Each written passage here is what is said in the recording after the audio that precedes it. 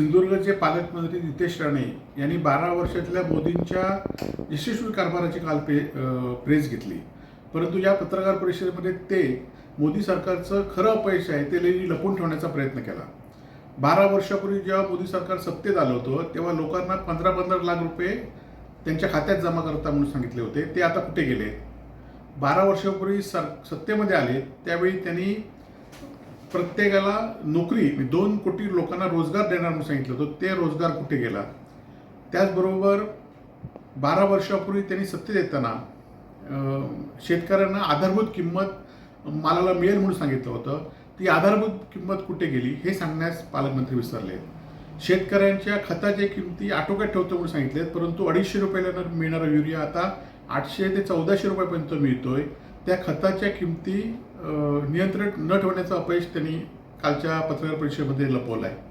त्याचबरोबर हर घर जल ही मोदी सरकार 4 वर्षापूर्वी योजना आखली होती, परंतु या सिंधुदुर्ग जिल्ह्यामध्ये एकही नळ योजना हर घर जलची म्हणजे जलजीवन मिशनची एकही योजना पूर्ण नाही हे सांगण्यास पालकमंत्री नितेश राणे काल विसरले.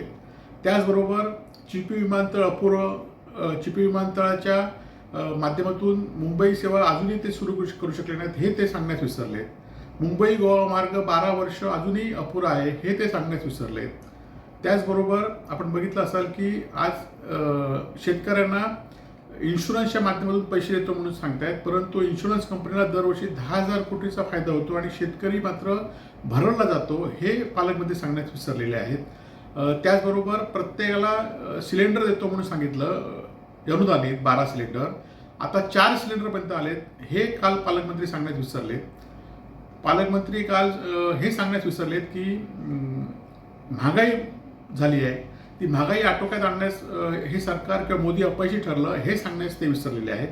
त्याचबरोबर अनेक योजना आहेत की ज्या योजनेला पहिल्या महापुरुषांची नावं देऊन नवीन योजना सुरू करण्याचा प्रयत्न केला, परंतु ह्या योजना सगळ्या अपयशी ठरलेल्या आहेत.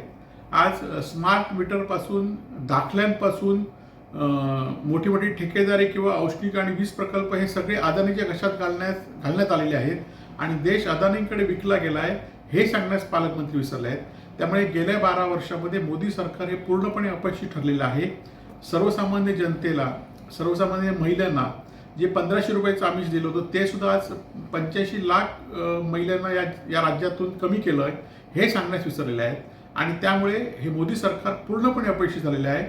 आणि पालकमंत्र्यांनी मोदी सरकार यशस्वीचा कारभार सांगताना हे खरं तर आम्ही जे मुद्दे मांडले ते लोकांसमोर गेले पाहिजेत आणि या मुद्द्यावर कसं अपयश आहे हे लोकांनी लक्षात घेतलं पाहिजे.